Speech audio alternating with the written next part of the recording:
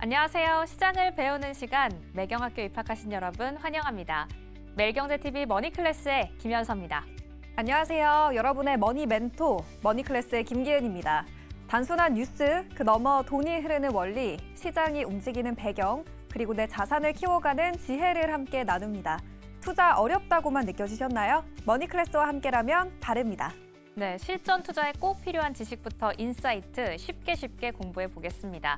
기은 씨, 오늘 1교시에는 어떤 수업이 좀 준비가 되어 있나요? 네, 오늘 2교시에서는요. MBN골드 김흥태 매니저의 2026년을 강타할 우주항공 관련주 수업이 준비되어 있고요.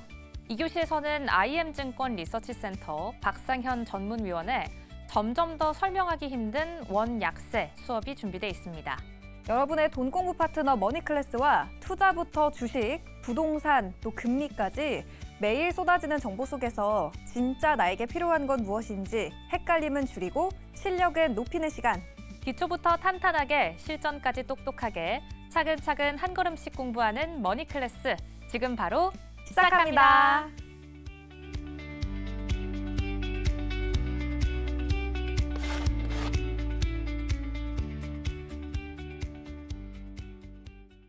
네, 머니클래스 이제 바로 출발해 보겠습니다. 오늘의 선생님은요, 지금 시장에서 뜨거운 대표적인 업종들 그리고 종목들을 이전 수업 시간에 추려주셨던 분이죠. MBN골드 김흥태 매니저와 함께 보겠습니다. 매니저님 안녕하세요. 네, 안녕하세요. 오랜만에 이렇게 머니클래스에 출연해 주셨는데 그동안 잘 지내셨어요? 네, 잘 지냈습니다. 저도 이제 거의 1년에 한 2번 나오는 것 같아요. 1년에 전반기 한 번, 좀 자주 나와주세요. 후반기 한 번 나오는데 뭐 그때마다 항상 주요 섹터들을 소개해드리고 있는데 뭐 오늘도 역시나 마찬가지로 네. 짧게 나오지만 그래도 올해 또 주요 섹터가 움직일 수 있는 것들을 소개해드리도록 할 테니까요. 네. 끝까지 시청해 주시기 바라겠습니다. 제가 기억이 나는 게 매니저님이 지난 수업 시간 그리고 지지난 수업 시간 때 전력 쪽 그리고 로봇 쪽에 대해서 좀 강조를 해주셨어요. 그 섹터에 대해서 저희가 좀 면밀하게 분석을 해봤었는데 해당 업종들 최근에 주가 흐름이 상당히 좋죠. 그쪽은 지금 좀 어떻게 봐야 될지 간략하게 좀 들어볼까요?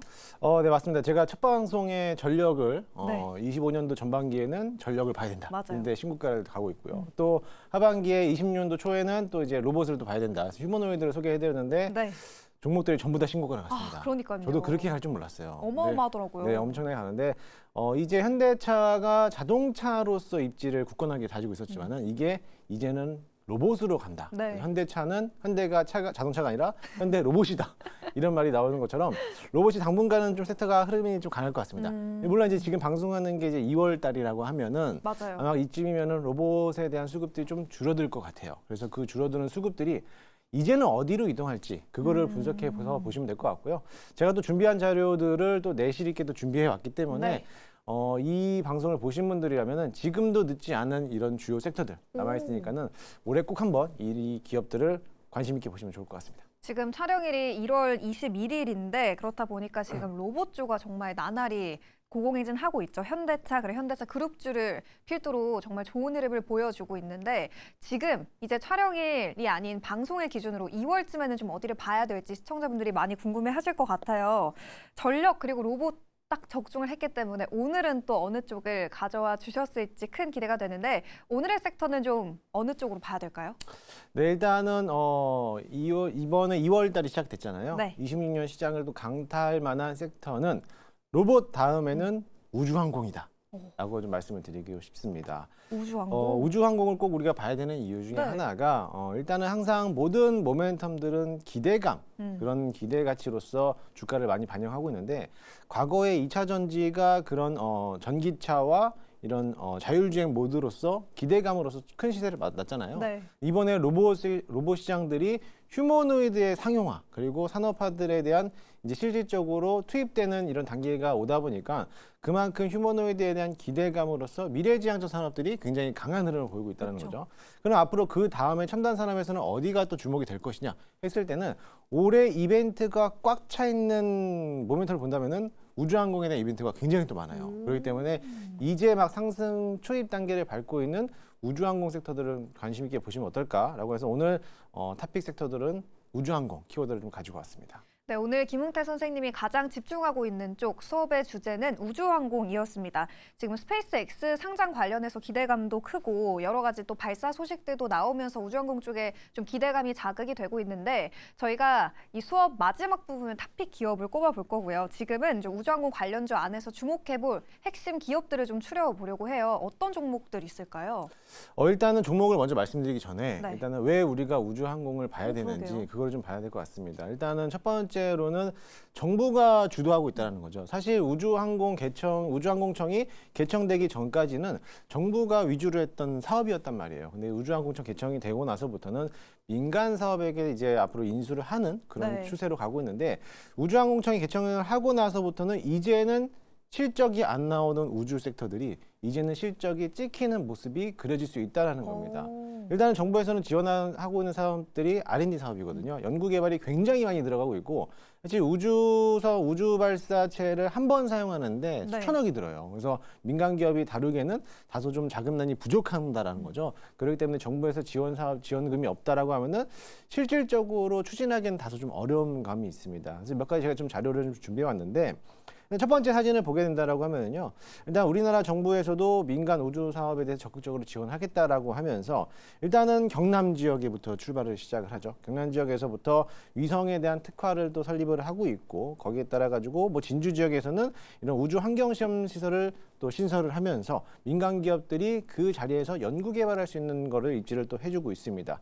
또 이제 사천 지역에서는 위성 개발 혁신센터를 또 개발을 하면서 그 안에서 인공위성에 대한 모든 연구 개발을 그 안에서 전문적으로 키우겠다라는 사업을 하고 있고요. 네. 또 이제 우리가 서쪽 지역으로 또 넘어가서 이제 진주 쪽, 고흥 쪽 지금 이제 나로 우주 발사 연구센터가 있는 그 지역에 민간 기업들도 발사를 할 수 있는 중소형 발사체들에 대한 시설을 확충하겠다라고 했기 때문에 민간 기업들이 실질적으로 발사체만으로도 연구 개발하거나 개발하는 데 자금이 부족한데 그 발사를 시도할 수 있는 장소까지도 정부에서 제공해 주겠다라고 하면은 그만큼 비용이 축소할 수 있다는 거거든요. 그만큼 많은 기회를 할 수 있는 거고 1년에 단 한 번이겠지만은 뭐 그보다도 더 많은 기회를 부여도 받겠지만은 그만큼에 대한 발사에 대한 기회가 많이 생겨났다는 거고 네. 일단은 뭐 장소 측면에서는 이제 동쪽과 서측으로 나눠지지만은 가장 중심이 과학 기지로 되고 있는 이제 대전 지역 이쪽 지역에서는 역시나 우주 연구 개발에 대한 센터를 확장하면서 연구만 몰두할 수 있게끔 해서 그렇게 입지적인 조건을 할 수 있다라고 보시면 될 것 같습니다. 또 한 가지는 이제 발사체들인데 일단은 지난해였죠. 지난해 12월 말에 이노스페이스라는 기업이 네. 민간 우주선을 발사를 한번 했었습니다. 시범으로 발사는 했지만 일단은 실패로 돌아갔어요. 실패로 발사하고 나서부터 뭐 30초 동안 올라왔지만은 폭발하면서 다소 맞아요. 실패는 했지만 이게 사실 실패가 악재는 아니거든요. 그래서 주가에서는 영향은 있었지만은 그 실패는 성공의 어머니다라고 하듯이 첫 번째 발사했던 거기 때문에 그 실패를 도약으로서 그 다음 2차, 3차 추가적인 발사를 시도한다라고 하면은 분명히 성공할 수 있다라고 보고 있고요. 스페이스X도 펠콘 9이 이제 스타링크도 역시 발사할 때도 첫 번째 시도가 8번이나 연기가 됐어요. 그래서 네. 그만큼 연기를 거치고 또 실패를 거듭났기 때문에 지금이야 쏘아 올리면은 거의 한 95% 이상 성공률을 보이고 있듯이 마찬가지로 우리나라 민간 기업들도 이렇게 여러 실패를 경험했지만 그 경험을 바탕으로 새롭게 또 성공적인 모습을 보인다라고 하면은 앞으로 우리나라 민간 기업이 발사하고 있는 우주선 자체들도 앞으로 큰 모멘텀이 작용할 거라고 좀 보고 있고요. 또 한 가지는 지금 정부에서 주도했던 연구 사업들을 민간 기업으로 인수를 하고 있어요. 그게 가장 대표적으로 보는 게 하나 에어로스페이스가 민간 기업으로 또 편입이 되면서 앞으로 그 연구 과제들이 새롭게 또 발전 방향성이 커지지 않을까라고 좀 보고 있습니다. 또 한 가지는 이제 미국 시장에서 워낙에도 스페이스X의 스타링크가 지금 한 대략 9,000개 정도가 위성을 쏘아 올렸거든요. 네. 이제 앞으로 미국에서도 7,500개를 더 쏠 수 있게끔 만들어졌기 때문에 아마 올해 아니면은 10,000개 이상 인공위성이 지금 지구를 둘러싸지 않을까라고 좀 보고 있고요. 그뿐만이 아니라 저궤도 위성까지도 또 들어가고 있기 때문에 앞으로 인공 시스템들이 훨씬 더 지금보다 더 빠른 속도로 발전할 수 있다라고 기대를 해보셔도 좋을 것 같습니다. 그러니까 이제 우주항공 쪽 정부의 지원을 받으면서 실적에 대한 기대감까지 안고 있는 쪽이고 발사에 대한 기회도 더욱 늘어나고 있다라는 점 짚어주셨고요. 전반적으로 저희가 올 한 해 동안 좀 우주항공 쪽을 왜 집중해 봐야 될지 그 포인트들을 좀 정리해 봤다면 이제 정말 종목 이야기로 좀 넘어가 보도록 할게요. 핵심적인 기업들, 우주항공 관련주 어떤 기업들이 있는지 좀 정리해 주시면 좋을 것 같아요. 너무 빠른데요. 종목들을 먼저 앞서기 네. 전에 제가 정말 하고 싶은 말이 많아요. 시간 관계는 그런가요? 짧지만 우리가 바라보는 시각적인 거는 일정. 그래서 무슨 일이 일어날 것이냐. 이게 일정 중요한 먼저. 거거든요. 그래서 네. 무슨 일이 일어날 것이라고 봤을 때는 지금이 2월 방송하는 시점으로서 아마 이게 발사가 됐는지 안 됐는지는 아직 모릅니다. 그쵸. 일단 계획적인 거는 아르테미스 2호가 2월 6일 날 또 발사를 하기 시작합니다. 이제 우주인을 태워서 국내 또 최초로 또 발사를 하는 건데 아르테미스 2호가 발사하는 거는 우주인 4명을 탑승해서 달까지 가는 임무를 수행합니다. 사실 이게 달에 착륙하는 건 아니지만은 지구상에서 달까지 가는 그 궤도를 한번 탐험을 하면서 10일간의 여정을 끝내는 마무리를 짓는데요. 이게 만약에 성공으로서 이루어진다면은 앞으로 실질적으로 다시 한번 달에 딱 착륙할 수 있겠다라는 기대를 갖고 있고요. 그것 때문에 아르테미스 2호가 이번 2월 달에 발사를 한다라는 기대감 때문에 관련주들이 또 주가를 또 움직여주고 있어요. 잠시 또 소개를 해드리겠지만은 네. 그 종목도 관심 있게 보시면 좋을 것 같고요. 이번에 지난해에 누리호 4차 발사를 성공적으로 발사를 했습니다. 그렇죠. 인공위성을 탑재해서 올려놨는데 이번 전반기하고 하반기 그 사이에 아마 6월 달이나 좀 될 것 같은데 그쯤에 누리호 5차 발사가 또 이루어집니다. 그래 따라 가지고 우리나라 새롭게 왜냐하면 이제 인공위성도 한번 쏘아 올려서 그게 끝나는 게 아니라 이게 도태 장비가 되기 때문에 새로운 인공위성을 쏘아 올려야 되거든요. 그렇기 때문에 이번에 또 누리호 5차 발사가 실질적으로 된다면 일대 탑재했던 인공위성이 민간이 또 개발했던 인공위성이 또 탑재될 거라고 보고 있고요. 또 이번에 스페이스X는 항상 매달 거의 매달 형식으로서 발사체를 쏘아 올리는데 이번에 또 우리나라 민간 기업에서 주도하고 있는 인공위성을 스페이스X의 팰컨 9에 탑재해서 또 이번 전반기에 쏘아 올리거든요. 그것 때문에 또 일종의 또 거기에 대한 기대를 갖고 있고 또 중간에 네. 7월이 되면 스페이스X가 또 상장 기대감이 있습니다. 현재 로봇이 강하게 움직였던 모멘텀은 뭐냐면 보스턴 다이나믹스가 나스닥 상장 기대를 갖고 있단 말이에요. 그렇죠. 그것 때문에 로봇 섹터들이 굉장히 많이 올라왔기 때문에 아마 스페이스X도 나스닥 상장 추진이 성공적으로 이루어진다라는 이제 시그널이 포착이 되면은 그때 우주항공 산업들에 대한 움직임들은 거기에 지분 투자를 했거나 아니면 협력사를 가지고 있는 기업들이 굉장히 핫하게 또 움직일 수 있다는 거죠. 네. 그래서 우주항공 섹터를 잘 봐야 된다는 건데 이게 사실 미국과 우리나라만 이슈만 있다 보면은 이게 다야? 라고도 하겠지만은 중국에 있는 칭호 로켓과 여러 가지 유럽이라든지 이런 여러 글로벌 기업들이 앞으로 수많은 인공위성을 쏘아 올릴 것인데 이게 단순히 지금에서는 아르테미스 2호가 달 탐사를 목적으로 하겠지만은 사실 최종 목적지는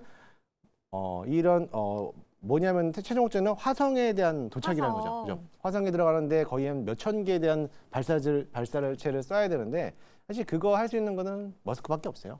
그래서 일론 머스크밖에 없기 때문에 네. 그런 자부심과 일론 머스크는 하면 합니다. 왜냐면은 자율주행도 했죠. 그쵸. 로봇도 했죠. 그쵸. 로보택시도 했죠. 이번에 우주도 발사체를 쏘아 올리면서 또 그 발사체가 재사용할 수 있게끔 만들어놨죠. 그럼 이번에도 화성까지 간다고 하는데 정말 갈 것 같아요. 그래서 가게 돼 물론 이제 먼 미래지만은 네. 항상 주가는 기대감으로 올라오기 그쵸, 때문에 맞아요. 그 기대감으로서 충분한 그것만으로도 모멘텀이 굉장히 크고 지금이야 로봇 시장이 캐파가 워낙에 크기 때문에 강하겠지만 지금에 대한 우리나라 시장 안에서도 우주항공을 다루고 있는 소재 종목들이 굉장히 많은데 시장에서 부각이 안 됐던 것뿐이지 만약에 부각됐을 때는 훨씬 더 많은 왜냐하면 재료도 크고 비용도 크기 때문에 이제는 수주까지 나온다면은 금액이 훨씬 더 커질 수 있다라고 보시면 될 것 같습니다. 지금 우주항공 관련해서 올 한 해 동안 집중해봐야 될 일정들 지금 선생님이 쭉 정리를 해주셨어요. 올해 나사 아르테미스 2호 비행 일정을 비롯해서 국내 안에서도 누리호 5차 발사가 예정이 돼 있고 스페이스 X에 대한 이 상장 기대감까지 여러 가지 모멘텀이 있다 보니까 우주항공을 정말 챙겨봐야겠다라는 생각이 드는데 우주항공 안에서도 여러 가지 밸류체인이 있다고 들었어요. 이 부분은 좀 어떤 체크 포인트 있을까요? 네, 맞습니다. 일단은 밸류체인을 먼저 좀 보게 된다라고 하면은 네. 일단 스페이스 X에 대한 밸류체인을 먼저 봐야겠죠. 왜냐하면 나스닥 상장이 굉장히 큰 기대를 가지고 있기 때문에 이게 시총이 조단입니다. 그렇기 때문에 이거를 무시 못할 수가 있는데 스페이스X의 밸류체인을 보면은 제가 화면에도 띄워드렸지만은 일단 네. 가장 큰 거는 이 화면에는 없지만은 지분을 투자했던 기업이 아무래도 미래에셋 벤처투자 미래에셋 증권이 되겠죠. 증권이 훨씬 더 많은 지분을 투자했기 때문에 이 지금의 투자 금액보다 만약에 상장했을 때 투자 금액을 회수한다면은 10배 정도 가거든요. 그러면 주가는 훨씬 더 많이 올라갈 수밖에 더 없는 갈 거죠. 수 있는 거군요. 그렇죠. 또 증권사에다가 지주사까지 또 겸해하기 때문에 상법 개정안이라는 이 모멘텀도 같이 붙어 있어요. 그렇죠. 그렇기 때문에 같은 호재로서 보시면 될 것 같고 일단 가장 뭐 재료 같은 경우는 HVM이 지금 최근 주가가 많이 올라왔기 네. 때문에 이런 종목들 또는 우리나라 미국 소재 미국 자회사를 보고 있지만은 캔코와 에어로스페이스 항공과 방산과 우주항공을 또 같이 있는 이런 종목과 인공위성을 다루고 있는 AP위성을 보시면 될 것 같고요.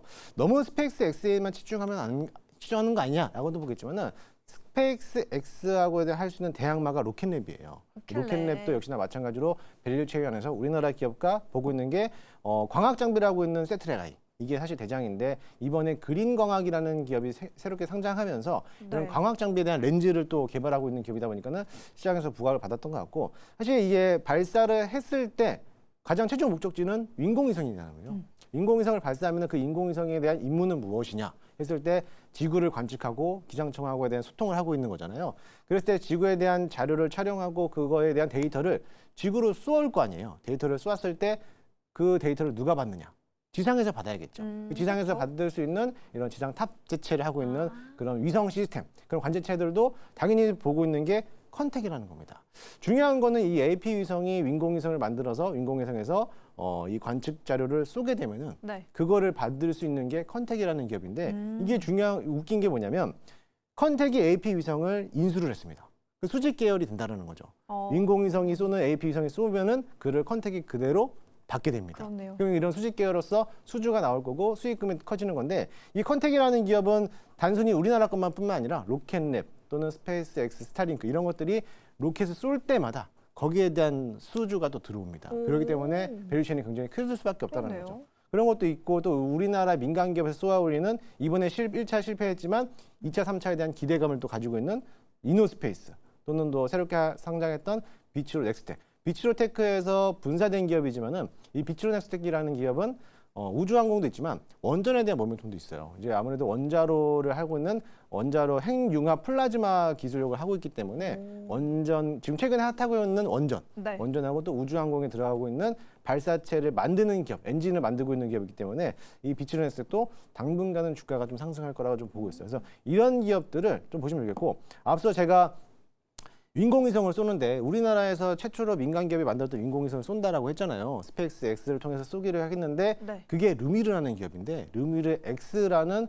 인공위성을 루미르가 자체 개발을 해서 만들었던 거를 올해 전반기에 쏘아 올릴 겁니다. 그러면 그때도 역시나 마찬가지로 물론 이제 이노스페이스처럼 실패도 할 수 있어요. 하지만 성공에 대한 확률이 높은 스페이스 X의 펠콘 9에 탑재하거든요. 그러면 뭐 95% 성공했다라고 하면은 성공했다라고 과언이 아닐 정도로 그 정도 높기 때문에 아마 성공할 거라 보고 있는데 그런 기업들도 또 관심 있게 보셔도 좋지 않을까라고 좀 보고 있습니다. 관련해서 우주항공 안에서 좀 봐야 될 밸류체인들을 선생님이 지금 쭉 정리를 해줬습니다. 뭐 미래에셋 벤처 투자부터 좀 컨택 그리고 원전의 모멘텀까지 함께 안고 있는 기업까지 다양하게 설명을 해주셨고요. 이렇게 저희가 전반적인 우주항공 안에서의 밸류체인을 살펴봤다면 이제 정말 종목으로 한번 들어가 보도록 하겠습니다. 우주항공 관련주 안에서 관심 종목을 좀 추려와 주셨다고 들었어요. 네, 어떤 맞습니다. 기업 봐야 될까요? 이게 사실 이게 녹화 방송이다 보니까 네. 지금에서는 사도 되는데 또 막상 이제 방송 당일날 그쵸. 되면은 주가가 얼마나 튀어올지 맞아요. 몰라요. 네. 그게 조금 부담스럽겠지만은 그래도 만약에 그때 주가가 올라온다 하더라도 거기에 대해서 또 괜찮을 만한 종목인데 앞서 소개해드렸던 이노스페이스. 이노스페이스. 네, 민간 기업이지만 최초로 발사를 시도했던 그것만으로도 굉장히 뿌듯했던. 저는 발사했을 때 굉장히 뿌듯했어요. 정말 민간 기업이 이제 실패를 했더라도. 했더라도. 그래서 실패는 했지만 그래도 또 한 번에 대한 기회가 있기 때문에 기회를 발판 삼아서 성공할 수 있다라고 보고 있는데 사실 그것보다도 성공은 할 거라고 저는 보장을 합니다. 왜냐하면은 실패는 했지만 앞서 최초에는 실패하지만 2차, 3차 발사에는 무조건 성공할 수밖에 없는 게 우주 산업이기 때문에 근데 얘네들이 가지고 있는 기술력들이 뭐냐면은 엔진이에요. 그 엔진에 대한 하이브리드를 장착하고 우리나라 기술력으로 유일하게 또 보유하고 있는 게 이노스페이스인데 사실 고체 연료만 사용했던 이 발사체를 액체화 시킨 연료하고 같이 혼합해서 사용하기 때문에 이 액화 에너지로서 이제 어떻게 보면 엔진을 껐다 켰다 할 수 있는 자유자재로 할 수 있기 때문에 엔진에 대한 소모량도 줄여줄 연료에 대한 소모량도 줄여줄 수가 있고요. 이 하이브리드의 로켓 엔진이기 때문에 아무래도 불필요한 에너지를 차단할 수 있다는 겁니다. 이게 만약에 성공적으로 나온다라고 하면은 여기에 대한 수주가 굉장히 커질 겁니다. 그래서 이 기업을 관심 있게 보셔도 좋을 것 같고요. 네. 두 번째로는 앞서 얘기했지만은 그래서 인공위성이 하는 이유가 뭐냐? 결국에는 관측이잖아요. 그렇죠. 관측인데 그 관측을 어디다 써먹을 거냐? 그겁니다. 그래서 그 데이터를 센터 받는 게 컨텍이라고 했잖아요. 컨텍. 그 컨텍이라는 기업이 역시나 마찬가지로 그 기지국을 지상에서 만드는데 이게 우리나라만 있는 게 아니라 세계 각국이 15개국이 가지고 있어요. 그렇기 때문에 앞서 얘기했던 뭐 로켓랩이라든지 스타링크라든지 이런 로켓이 발사될 때마다 거기에 있는 수주가 계속적으로 늘어날 수 있을 거라고 좀 보고 있기 때문에 컨텍이라는 기업도 마찬가지로 잘 보시면 좋을 것 같습니다.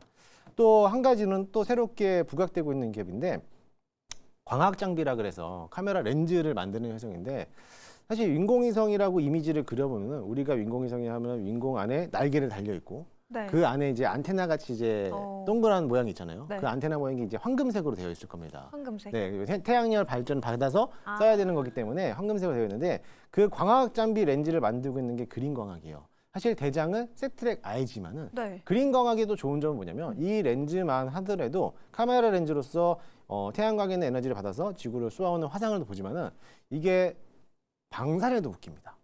특히 우리가 잘 알고 있는 현대로템이 들고 있는 K2 전차.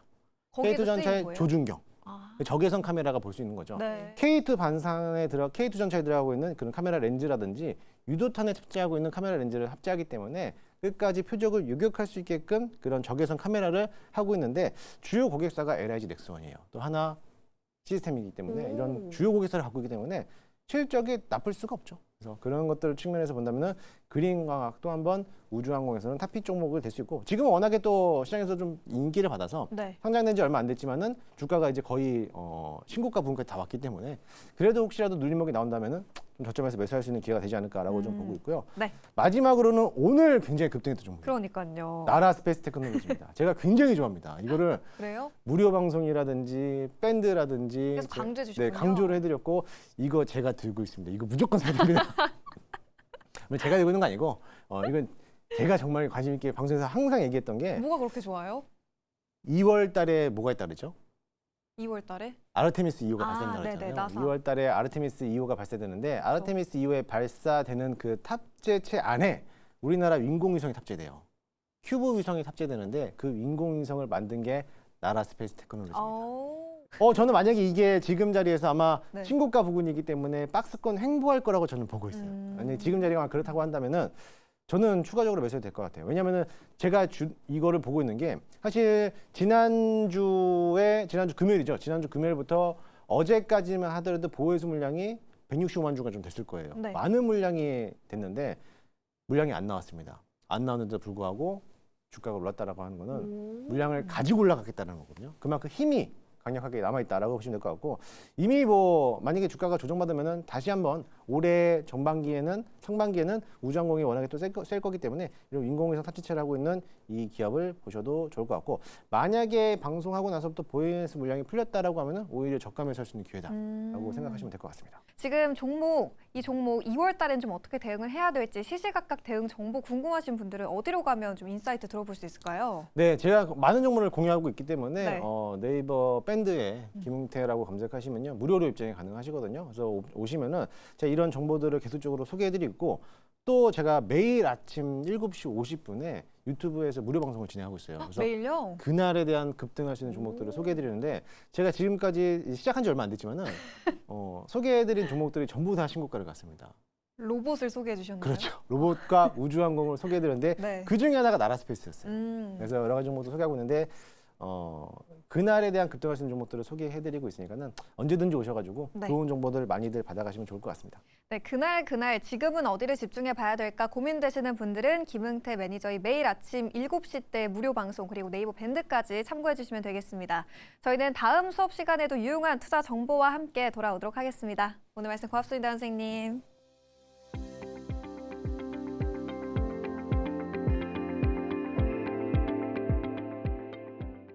네, 머니클래스 2교시 수업 시작해 보겠습니다. 지난해 말 이후에 원달러 환율이 1,400원대 중후반으로 높아지는 현상이 지속되고 있는 가운데 일단 국내 유동성이 과도하게 늘어서 원화 가치가 하락했다라는 주장이 계속해서 제기가 되고 있습니다. 하지만 한국은행 측에서는 데이터를 조금 더 면밀히 뜯어볼 필요가 있다라고 이야기를 하고 있는데요. 요즘 어디에 투자를 할까 고민할 때도 우리의 시야에 좀 걸림돌이 되는 환율. 그래서 오늘은 환율 전문가이시자 이코노미스트 모시고 이야기 나눠보겠습니다. 이 교실에서는 IM증권 리서치센터 박상현 전문위원과 함께합니다. 선생님 어서 오세요. 예, 안녕하세요. 네, 반갑습니다. 자, 앞서서도 잠깐 들어오기 전에 말씀을 드렸지만 저희가 또 선생님과 학생이 돼서 쉽게 공부하는 시간이잖아요. 예, 예. 오늘의 선생님 자기소개 간략하게 부탁드립니다. 예, 저는 IM증권 리서치센터에서 경제를 담당하고 있는 박상윤입니다. 네, 정말 깔끔하고 간략한 설명이 오히려 더 환율과 원화에 대해서 얼마나 전문적인 설명을 남겨주실까 기대를 불러오는데요. 오늘 수업 주제로 이런 코멘트를 남겨주셨어요. 점점 더 설명하기 힘든 원 약세입니다. 오늘 어떤 얘기 해주실 거예요? 예, 아무래도 최근에 그 금융시장의 가장 큰 이슈, 또 일반 어떤 서민들, 뭐 자산시장에 꼭 뭐 투자를 하지 않으신 분들이라도 하더라도 이 환율에 대한 관심이 상당히 좀 높은 것 같습니다.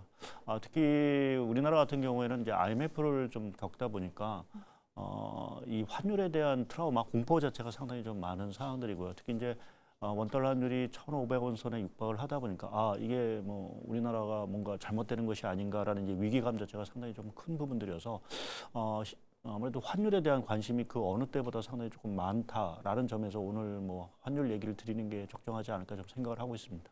네. 뭐 앞에서 오프닝으로도 제가 말을 했지만 요즘 계속 이 시야에 걸리고 있는 게 환율이기 때문에 오늘 한번 깊고 진한 대화를 나누고 넘어가 보겠습니다.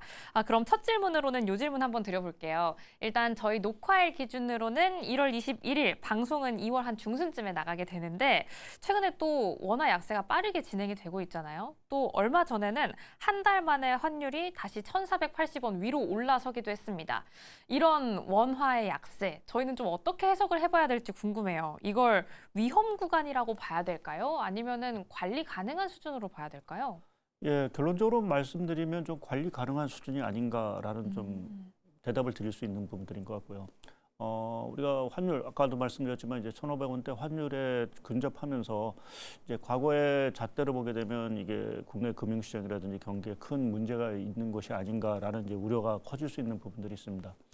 근데 제가 조금 이제 관리 가능하다라는 말씀을 드린 부분 자체는 최근에 원화 약세의 배경 자체가 어떤 국내 경제의 어떤 침체라든지 또 대외의 어떤 위기 상황이 발생해서 원화가 약세가 된 상황들은 아니고 네. 뭐 아무래도 좀 달러 자체가 상당히 좀 강한 상황들 또 과거에는 좀 없었던 현상이죠. 이제 뭐 국내 개인 투자뿐만 아니라 이제 연기금 자체가 주로 이제 국내에 좀 투자를 많이 하다가 최근에 이제 해외 투자 자체를 상당히 많이 들이다 보니까 이제 달러 공급 수급 자체가 좀 이제 부족한 달러 공급 자체가 부족한 이러한 현상이 좀 나온 부분들이고 어찌 보면 이제 국내 경제 우리가 체력이라고 하죠. 뭐 이러한 것들은 무역 수지 흑자 규모도 상당히 지금 오히려 또 커지고 있는 상황들이고 또 뭐 하는 총재도 말씀을 하셨지만 우리가 가지고 있는 해외 순자산 규모 자체가 거의 1조 달러 정도 되는 상황들입니다. 이러한 것들을 고려해 보게 되면 지금의 원화 약세가 위기의 신호라기보다는 조금은 뭐 글로벌 트렌드에 좀 뭐 따라가는 이러한 흐름에서 그냥 원달러 환율을 좀 바라봐야 되지 않겠냐 좀 생각을 하고 있습니다. 네. 저희 또 말씀하시는 동안 오른쪽에 또 자료도 나가기도 했거든요. 달러와 원화 간의 상관관계를 함께 이야기를 해주시기도 했는데 지난해 하반기부터 또 이 둘의 상관관계가 조금 급격히 약화되기도 했다고요. 예. 가장 큰 약화의 원인 자체는 일단 수급 쪽에서 좀 찾아야 될 것 같습니다. 힌트를 뭐 하는 총재께서도 이제 뭐 서학개미 얘기를 좀 하셨지만 네. 뭐 그러한 어떤 본질보다는 사실은 전 세계적으로 워낙 지금 미국 경제 또 미국 AI 산업에 대한 기대감 자체가 크다 보니까 글로벌 자금의 투자금들 자체, 뭐 개인 투자자들 포함해서 주로 이제 해외 투자를 하게 되고요. 이제 그렇다 보니까 달러에 대한 수요 자체가 당연히 이제 많아질 수밖에 없는 이러한 흐름이 가고 있고, 특히 이제 왜 다른 나라보다 원화가 더 약세이냐라는 부분에 있어서는 뭐 말씀드린 어떤 수급 요인과 더불어서 최근에 뭐 경기가 회복은 되기는 했지만 최근 한 1, 2년간 우리나라 경제 자체가 성장률 자체가 상당히 낮은 부분, 또 한미 간의 여하튼 지금 기준금리가 역전이 돼 있는 이러한 현상들이 복합적으로 작용이 되면서 상대 다른 나라 통화에 비해서는 조금 원화 약세 현상 자체가 조금은 상대적으로 좀 두드러진 이러한 흐름으로 좀 가고 있다라고 봐야 될 것 같습니다. 네. 일단 1차적으로는 원화와 달러 간의 상관관계에 대해서 이야기를 해봤는데요. 그렇기 때문에 다른 나라의 화폐와도 어떤 상관관계를 갖는지도 한번 질문을 드리고 싶어요. 원화와 엔화, 위안화와의 관계는 또 어떨까요? 일단 다카이치 산하 일본 정부가 돈 풀기를 좀 계속하면 BOJ가 금리를 좀 올리기가 힘들어지고 그럼 엔화 약세가 또 계속되게 되잖아요. 현재는 원화가 위안화보다 엔화와의 동조가 좀 더 강해졌다 이런 이야기도 나오던데 이 상관관계를 선생님이 좀 짚어주신다면요? 예, 이전까지만 하더라도 원화와 상관관계가 가장 높았던 통화는 뭐 달러도 있긴 하지만 위안화였습니다. 네. 위안화하고 원화의 어떤 흐름 자체가 거의 동조와 거의 뭐 비슷한 수준으로 갔는데 그것이 이제 최근에 보면 많이 약화됐죠. 그러면 왜 이전에는 이제 원과 위안화가 이제 동조화 현상 자체가 강했느냐라는 부분을 생각해 보면 네. 이 트럼프 대통령 이전의 흐름을 보게 되면 주로 우리나라 경기 또 여러 가지 수출 경기의 어떤 흐름을 좌우하는 게 중국의 경기 나진지 수출이었습니다. 그러니까 우리나라의 어떤 대중국 의존도 자체가 전체적으로 조금 강했죠. 또 오늘 이제 산업적으로 보더라도 우리가 뭐 자본재라든지 이러한 수출 자체가 이제 중국 쪽에 많이 가다 보니까 중국의 어떠한 흐름과 우리나라 경기 흐름 자체가 이제 같이 가는 이러한 흐름에서 원과 위안화의 어떤 동조성 자체가 상당히 강했었는데 네. 이러한 흐름이 사실은 그 팬데믹을 지나면서 이제 뭐 우리가 디지털 경제 뭐 또 AI 뭐 이러한 산업들이 이제 미국을 중심으로 해서 이제 강화가 되다 보니까 이제 중국에 대한 어떠한 경제적인 의존도보다는 미국 경기 또 미국의 투자 이러한 부분에 상당 부분 이제 연동이 된 부분들이 있습니다. 그래서 우리나라뿐만 아니라 일본 역시 이제 아무래도 미국과의 어떤 그 경제적 관계 자체가 상당히 좀 돈독하다 보니까 최근에 들어와서는 이제 위안보다는 엔화와의 흐름과 상당히 이제 연동이 되는 또 자금의 이제 글로벌 투자자 입장에서 보면은 이제 투자를 하다 보면 과거에는 이제 우리나라 투자할 때 이제 중국 경기를 보면서 이제 많이 투자를 했고 네. 최근에는 이제 일본 경제와 우리나라 뭐 아무래도 이제 반도체라든지 관련 산업들 자체가 유기적으로 연결되어 있기 때문에 결국 글로벌 자금 자체가 일본하고 한국에 동시 들어오거나 동시 나가는 이러한 현상들이 나타나면서 결국 엔과 원가의 어떤 그 동조화 현상 자체가 상당히 좀 강해지고 있다라고 좀 판단을 해볼 수 있는 부분들인 것 같습니다. 네, 질문하신 중에서 이제 다카이치 총리가 들어오면서 이제 여러 가지 확장 재정 정책을 피면서 네. 엔화가 더 약세가 되느냐 하는 것이 하는 게 우려가 있긴 하지만 저는 조금 엔의 약세 흐름은 거의 그 한계점에 온 것이 아닌가 좀 생각을 하고 있습니다. 지금 엔도 한 150엔 중반대 정도를 흐르는데 사실 160엔대를 넘어서기가 사실은 좀 쉽지 않지 않겠나 좀 보고 있는 이유 자체는 일본도 이제 우리나라 비슷하게 이제 엔이 너무 약세하다 보니까 물가 압력 자체가 상당 부분 있는 상황들이고요. 또 한 가지 중요한 거는 과거 아베노믹스 당시에는 일본의 금리가 거의 0% 마이너스 금리였습니다. 근데 지금 일본의 국채 금리는 뭐 지금 기준금리는 뭐 아직 0.75%이지만 지금 국채 금리, 그러니까 네. 장기 국채라고 하죠. 우리가 10년물 국채 같은 경우에는 거의 3.5%, 우리나라 수준하고도 거의 이제 비슷한 수준으로까지도 이제 되는 상황들이기 때문에 네. 이러한 금리, 그러니까 미국하고 일본의 금리 격차 자체가 상당히 축소가 되는 이러한 상황들이어서 어찌 보면 엔화가 추가적으로 또 약세가 되기에는 조금 어려운 이러한 환경에 좀 있는 상황들인 것 같습니다. 그래서 우리가 뭐 슈퍼 엔저 이런 것들 때문에 엔화가 더 약세가 되는 거 아니냐, 거기에 덩달아서 원도 더 약세가 되지 않을까라는 그런 시각은 있지만 저 개인적으로는 좀 엔화도 이제 좀 약세의 흐름에 있어서 조금 이제 한계점에 왔다라고 좀 말씀을 좀 드릴 수 있을 것 같습니다. 네. 그럼 우리 시장에 대한 이야기를 한번 해볼까요? 일단 환율이 오르고 있는 가운데 코스피는 지금까지 안 걸어본 길을 계속 걷고 있잖아요. 계속 꾸역꾸역 상승을 하는 현상이 나타나고 있어요. 이렇게 환율도 오르고 주가도 오르는 현상을 선생님은 좀 어떻게 보고 계시는지요? 예, 과거에는 사실 보기가 좀 힘든 현상이었습니다. 우리나라, 네. 특히 우리나라 같은 경우는. 아무래도 환율이 오른다는 거는 결국 국내 여러 가지 조금 재반 위기 사항이 결국 있다. 또 국내 경제 상황이 상당히 안 좋기 때문에 당연히 원화 가치가 하락하고 원달러 환율이 결국 올라가는 현상이 나타났고 네. 그렇게 보면 주가도 사실은 기업이 돈을 벌지 못한다라고 하면 뭐 올라가기보다는 좀 하락하는 게 일반적이었죠. 근데 지난해 말부터 이제 보게 되면 원달러 환율은 계속 오르는데 주가도 사실 오르는 이러한 현상들. 이게 결국 국내 지금 원달러 환율 오르는 요인 자체가 말씀드린 대로 국내 어떤 경제의 어떤 체력 또 기업의 이익 사이클보다는 지금 대내외 환경, 그러니까 특히 이제 대외 환경 또는 달러 수급에 사실은 이제 연동이 돼 있는 부분들이기 때문에 네. 조금은 지금의 상황 자체는 국내 어떤 그 경제 체력 펀더멘탈과는 조금 원달러는 괴리가 있는 상황들이고요.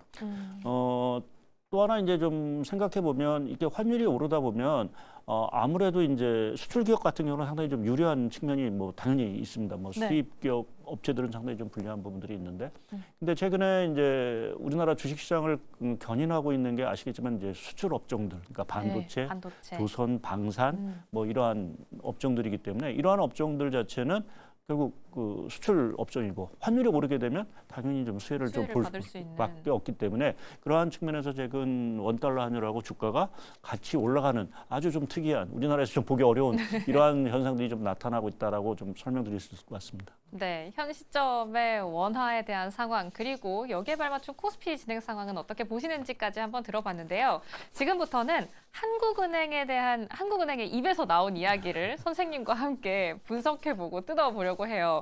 첫 번째로 질문드릴 부분은 이겁니다. 한국은행이 환율 변동성이 좀 커지고 있다라고 잇따라서 언급을 하고 있어요. 이 발언이 시장을 향해서 어떤 경고를 주는 신호라고 봐야 할까요? 아니면 단순하게 그냥 이런 상황이야 라고 이야기하는 상황 설명이라고 봐야 할까요?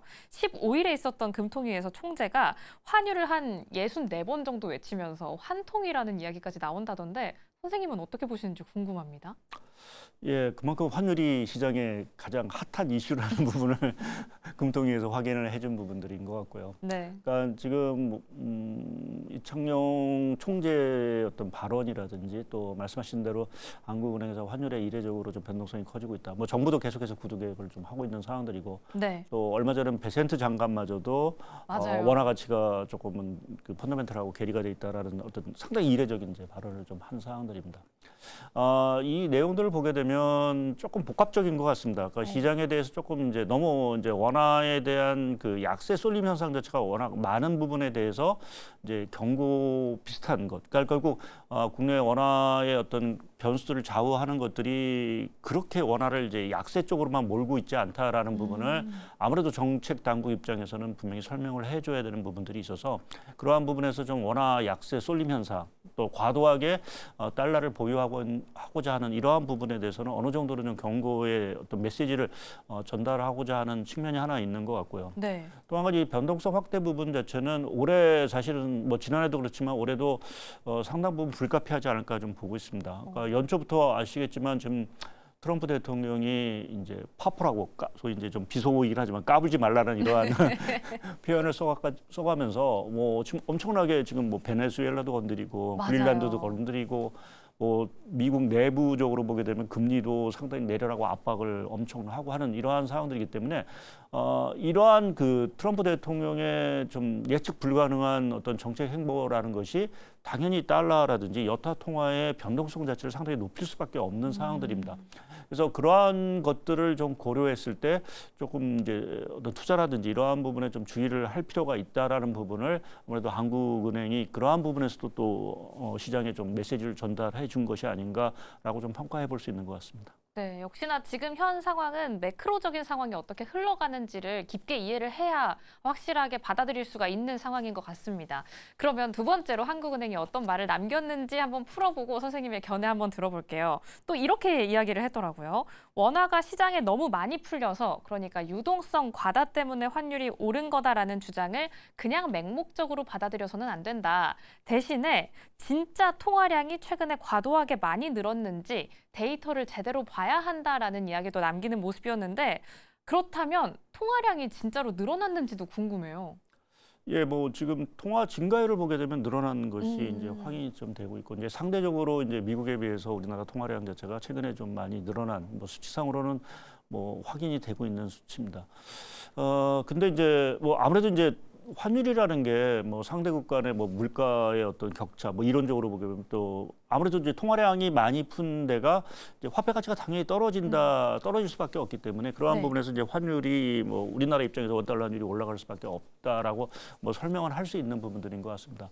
그렇지만 환율을 결정하는 요인 자체는 사실 여러 가지가 있고요. 말씀드린 어떤 통화량의 어떤 격차 문제라든지 또 금리 격차, 또 지금 어떤 달러의 수급 문제, 또 우리가 예상치 못했던 뭐 여러 가지 정치적, 외교적 리스크들, 뭐 수만 가지가 사실은 좀 있는 상황들이기 때문에 지금 통화량 하나만 가지고 원달러 환율을 설명하는 데는 뭐 일부 맞는 부분들은 있긴 하지만 일부 틀린 부분도 사실은 좀 있다라고 좀 생각을 하고 있고요. 근데 지금 왜 우리나라 통화량이 늘어났느냐라는 부분을 생각해 보면 사실은 이제 최근에 그 팬데믹 이후에 우리나라 경기 자체가 뭐 그렇게 썩 좋은 상황들이 아니었습니다. 뭐 미국이 금리 인상 사이클도 있었고 또 우리도 보면 여러 가지 지금 아까 말씀드린 중국 경기가 워낙 안 좋다 보니까 관련 업종들 자체는 지금 구조조정을 해야 될 정도로 상당히 좀 내몰리고 있는 상황들이고요. 또 구조적으로 보면 우리나라가 이제 인구가 이제 고령화되면서 내수 경기 자체도 상당히 좀 침체가 되고 있는 상황들이어서 정부 입장, 통화당국 입장에서는 여하튼 경기를 살리기 위해서 어느 정도의 완화적인 통화 정책은 사실은 불가피한 부분들이 있어서 당연히 통화 정책, 통화 증가율 자체는 늘어날 수 있는 부분들이 있습니다. 근데 이거를 너무 뭐 좀 과도하게 해석할 필요는 없을 것 같고요. 뭐 상대적으로 보면 미국이나 일본 같은 경우는 통화 자체를 뭐 풀다기보다는 금리를 계속해서 내리거나 또는 우리가 얘기하는 양적 완화, 그러니까 시중의 어떤 국채라든지 이런 것들을 매입을 하고 오히려 유동성을 이제 풀어주는 이러한 현상들이 사실은 있기 때문에 이것을 단순하게 우리가 얘기하는 M2의 어떤 증가율만을 가지고 우리가 너무 돈을 많이 풀었다라고 해석하는 거는 또 우리가 또 그렇게 풀어야 좀 경기가 만약 경기가 살지 못한다라고 하면 이거보다 또 환율은 더 올라갈 수도 있는 상황들이기 때문에 네. 그래서 조금 이 M2 증가율을 해석하는데 뭐 요 한 가지만 보고 환율을 설명하기보다는 여러 가지 재반 변수들을 가지고 종합적으로 설명하는 게 좀 맞지 않을까 좀 보고 있습니다. 네. M2 통화량 이야기를 해주셔서 이 부분도 한번 질문을 드리고 싶어요. GDP 대비해서 통화량 비율은 어떤지도 한번 여쭤보고 싶거든요. 이거에 대해서 한국은행은 또 최근에 이 비율이 안정됐고 이게 나라마다 좀 수치가 다르게 나오는 이유는 금융 시스템이 다르게 나오기 때문이다라고 이야기를 하기도 했어요. 이 수치가 어떻게 나왔는지도 궁금하고 이게 왜 중요한지 어떻게 해석해야 하는지도 궁금해요. 예, 일단 GDP 대비 M2, 그러니까 통화 증가율이라는 건 그만큼 이제 나라의 어떤 경제 규모에 비해서 돈이 얼마만큼 많이 시중에 있느냐라는 부분. 그러니까 이게 자칫 너무 돈이 많이 풀린다라고 하면 뭐 말씀 통화 가치도 떨어질 거고 네. 또 이제 물가 뭐 이러한 것들 자극할 거고 또 하나 이제 그 GDP 대비 M2를 이제 많이 얘기하는 가장 또 우리나라에서 얘기하는 이유 자체는 부동산 가격이 너무 이제 서울 지역이 올라가기 때문에 네. 그 푼 돈 자체가 결국 부동산으로 들어간 게 아니냐라는 이제 얘기가 되면서 사실은 이 GDP 대비 M2에 대한 얘기들이 상당히 좀 많았던 부분들이 있는 것 같습니다.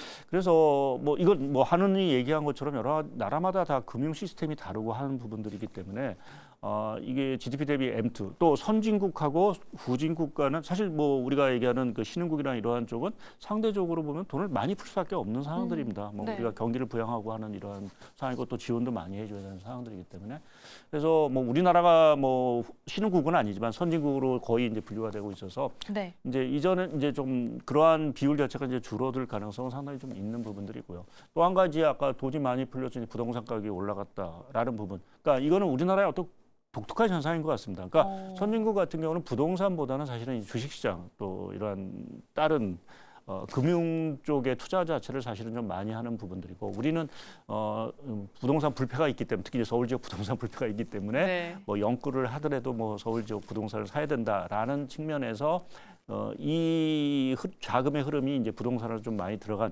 측면이 분명히 있는 상황들입니다. 그래서 이게 뭐 어느 게 맞을지 틀릴지는 잘 모르긴 하겠지만 앞서 말씀드린 뭐 M2 증가율을 판단하는데 조금 신중하자라는 말씀을 드렸지만 이 GDP 대비 M2를 가지고 이게 돈을 많이 풀었다라고 보는 것도 결국 이제 우리가 이게 말씀드린 대로 선진국, 신흥국과의 또 차이도 있고. 또 이게 돈이 풀렸어도 이제 자산 시장 어느 시장으로 가느냐에 따라서 상황은 좀 많이 다르기 때문에 뭐 우리가 일반론적으로 무조건 이게 GDP 대비 M2가 많다라고 해서 나쁜 거고 뭐 이게 어떤 부분 이제 부동산의 과열을 촉발시키는 뭐 이러한 어떤 현상으로 꼭 해석하는 데는 무리가 좀 있지 않을까 좀 보고 있습니다. 다음 질문으로 좀 연결해서 궁금한 부분을 여쭤보고 싶은데요. 앞으로의 환율이 좀 어떤 흐름을 보일까를 가늠해 보기 위해선 저희가 어떤 부분을 좀 새겨봐야 할까요? 예, 가장 어려운 질문이신 것 같은데요. 참고할 수 있는 지표나 자료가 있다면 궁금합니다. 저 개인적으로는 뭐 여전히 환율을 보는 데에서 가장 중요한 지표는 결국 달러 지수로 봐야 될 것 같습니다. 아무래도 이게 여러 통화를 이제 평균을 해서 사실은 좀 산출한 수치인 부분들이고 네. 또 어찌 보면은 뭐 여러 가지 말씀드린 뭐 우리가 환율을 결정하는 데 있어서 뭐 금리 어떤 격차도 있고 또 성장률 격차도 있고 뭐 통화량 격차도 있고 물가 격차도 다 있는데 그러한 것들이 재반된 것이 결국 이제 달러 지수가 아닐까라는 쪽에 좀 생각을 좀 하고 있다라는 부분에서는 좀 달러 지수의 흐름이 결국 원달러 환율 흐름에 이제 중요한 어떤 뭐 바로미터 뭐 잣대가 될 수밖에 없는 상황들인 것 같고요. 그럼 앞으로 이제 달러 지수가 어떻게 될 거냐? 뭐 예측하기는 사실 좀 어렵습니다. 근데 지금 미국의 연준이 이제 계속해서 트럼프 대통령의 압박을 받고 있죠. 특히 이제 차기 연준 총재가 뭐 누가 될지 모르겠지만 네. 상당히 이제 트럼프 대통령의 어떠한 생각들을 충실히 이행할 분이 아마 선임이 될 것 같은데 이제 그렇게 되면 조금 미 연준의 금리 인하 폭 자체가 상당히 좀 커질 수 있지 않겠느냐라는 좀 생각을 좀 하고 있어서. 그렇게 보면 이제 아무래도 미국의 금리가 내려간다는 건 달러 부분에 있어서 약세 압력이 좀 커질 수 있다라고 보면 원달러 환율도 지금 뭐 조금 1,400 후반대에서 움직이고 있지만 점진적으로 좀 하향 안정화되는 흐름으로 뭐 계속 틀릴지는 모르겠지만 저는 계속해서 하향 안정화된다라는 쪽에서 계속 좀 전망을 좀 말씀을 드리고 있습니다. 네, 일단은 저희가 녹화일 기준으로는 1월 말 정도를 지나고 있기 때문에 지금 연준 의장 후보로는 한 4명 정도로 좁혀졌죠. 네. 과연 가능성이 가장 높다라고 점쳐지고 있는 케빈 워시가 될 것인지 네. 이 부분도 조금 더 시간이 지나면 팔로우할 수 있겠죠. 기대가 됩니다. 그럼 마지막 질문 드리기 전에 이 부분도 한번 정리를 하고 갈게요. 일단 환율에 대한 가름을 좀 우리가 미리 해보자라고 했을 때 달러 지표를 좀 가장 먼저 볼 필요가 있다라고 말씀을 해주셨습니다. 그럼 이거 말고도 환율을 움직이는 여러 가지 요인들이 있잖아요. 예. 우리가 좀 기본적으로 체크를 해볼 사항들은 뭐가 있을까요? 달러 외에도? 아무래도 가장 중요한 건 그 최근에 들어와서는 각국 중앙은행의 정책, 금리 정책인 것 같습니다. 뭐 정점에는 사실은 미 연준이 있고요. 네. 그러니까 연준이 금리를 결국 얼마만큼 올해 내려주느냐라는 부분 자체가 달러 흐름에 있어서 상당히 좀 중요한 변수가 될 것 같고요. 또 한 가지 뭐 앞서 이제 원과 엔의 동조화 현상 자체가 상당히 좀 강화됐다라는 말씀을 드렸는데 그러면 당연히 엔을 또 봐야 될 거고요. 그러면 네. 다카이치 총리가 최근에 이제 조기 총선도 하고 이제 그 이후에 일본 엔화의 흐름 자체 아까 말씀드린 160엔이 조금 한계인 것 같다라는 말씀을 드렸는데 모든 가격 전수는 그냥 머물러 있지는 않습니다. 뭐 위로 가든 내려가든 하는 때니까 이 조기 총선 이후에 엔화 환율에 대한 부분도 좀 주목하실 부분이 있을 것 같고.